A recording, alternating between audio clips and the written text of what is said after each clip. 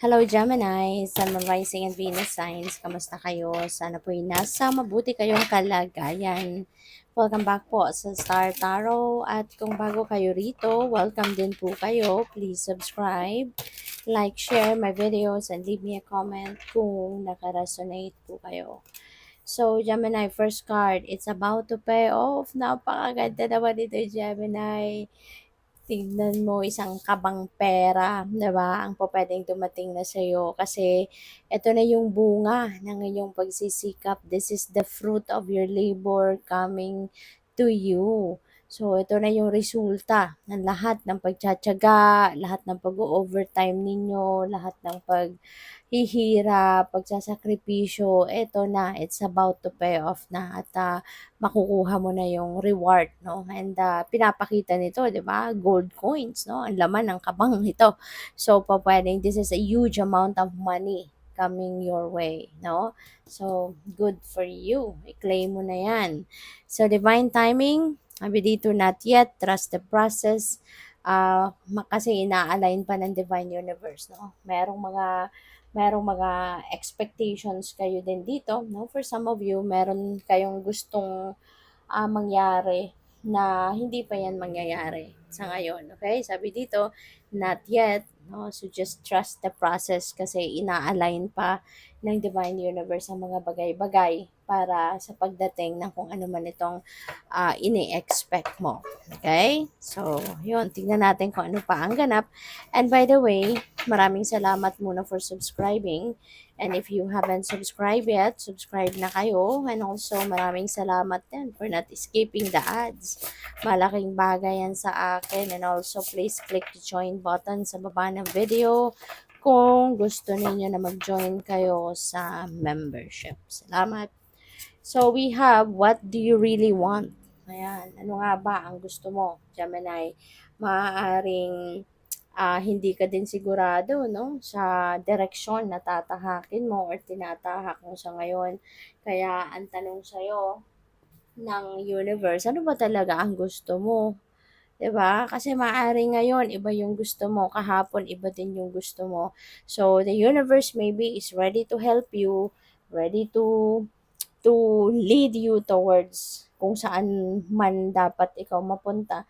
Pero hindi niya sigurado, 'di ba?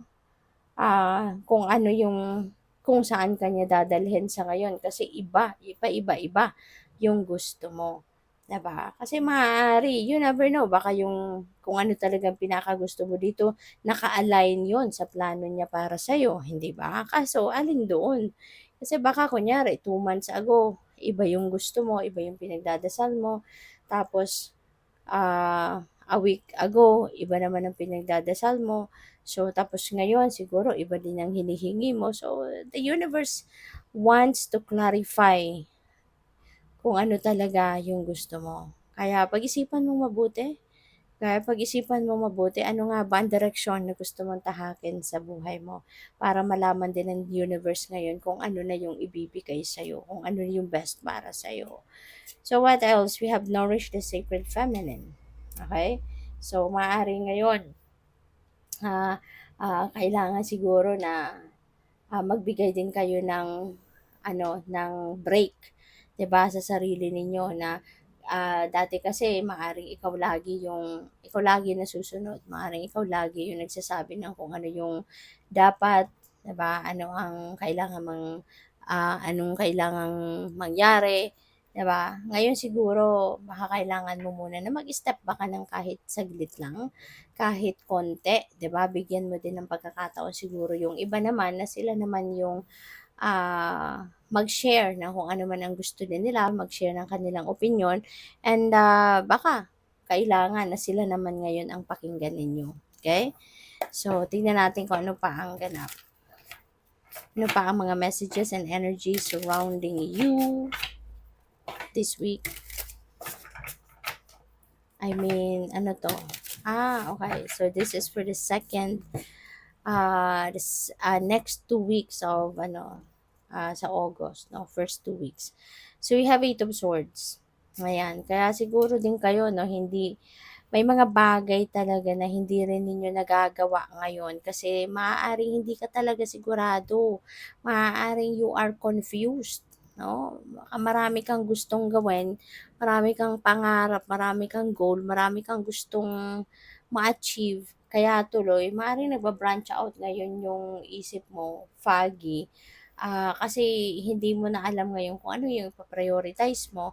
Kaya tuloy wala kang nagagawa, wala kang naa-aksiyunan ngayon kasi ang dami mong gustong unahin, 'no? Kaya ang tendency ayun, para kang nakatali na lang kasi, "I'm confused, I don't know which one I'm going to do first," 'no? Puwedeng gano'n. Kaya you know what, maaaring kailangan mo na magmuni-muni, magnilay-nilay.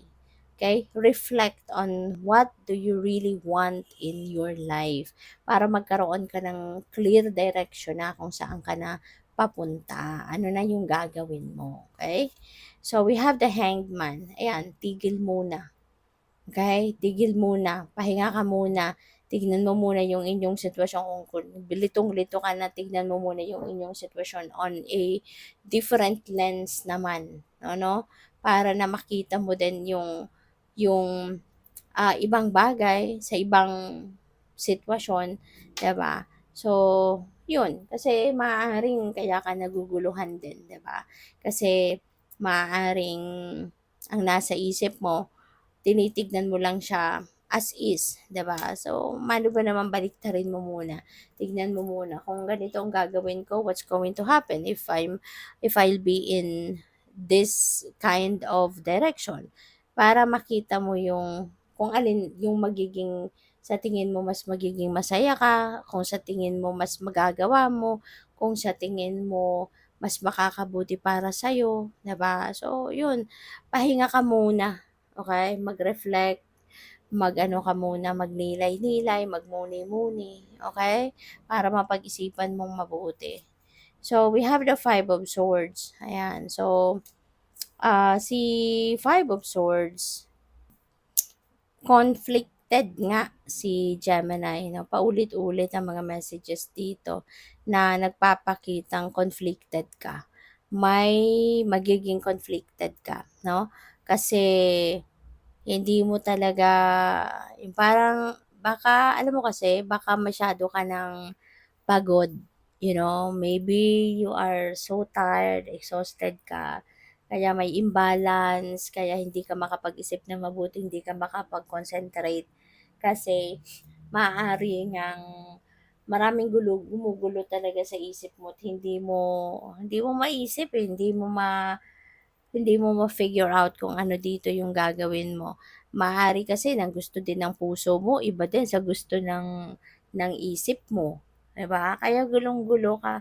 Alam mo, maaaring mapadali ang inyong pagdedesisyon, makapag-isip ka ng mabuti, ng mas mabilis if you are going to do some kind of um mag-contemplate ka, mag-meditate ka, 'no? Kasi meditation also bring answers. Meditation can help you ground yourself para makabalik ka sa focus mo, makapag-concentrate ka ng maayos at makapag-isip ka ng mabuti, okay? Kasi conflicted ka talaga, 'no? Conflicted ka, hindi ang dami mo kasi sigurong gustong unahin. So, kung uunahin mo lahat sabay-sabay, anong mangyayari, 'di ba? Hindi mo rin naman 'yan masabay-sabay na mapagtatagumpayan at saka yung attention mo, you will be here and there, 'di ba? So, most likely wala kang mapupuntahan, walang magiging magandang resulta 'yan kasi mahahati ay ang attention mo, 'di ba? So, Page of Swords, ayan. So, this is nice, 'no? Somehow, baka meron ditong makakatulong sa'yo na magkaroon ka ng maayos na desisyon. Baka magkaroon ng kalinawan ang inyong isipan with all the information na pupuwedeng dadating sa'yo.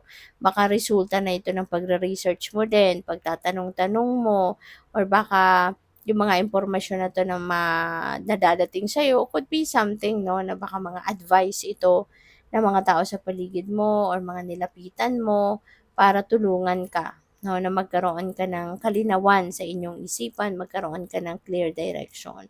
So, yung mga impormasyon na 'to for sure will help you somehow, no, na maaaring magkaroon ng linaw ang inyong isipan at makapagdesisyon ka na ng tama at magkaroon kayo ng sound decision. Okay? Good luck. Thank you for watching. Love and light. Namaste.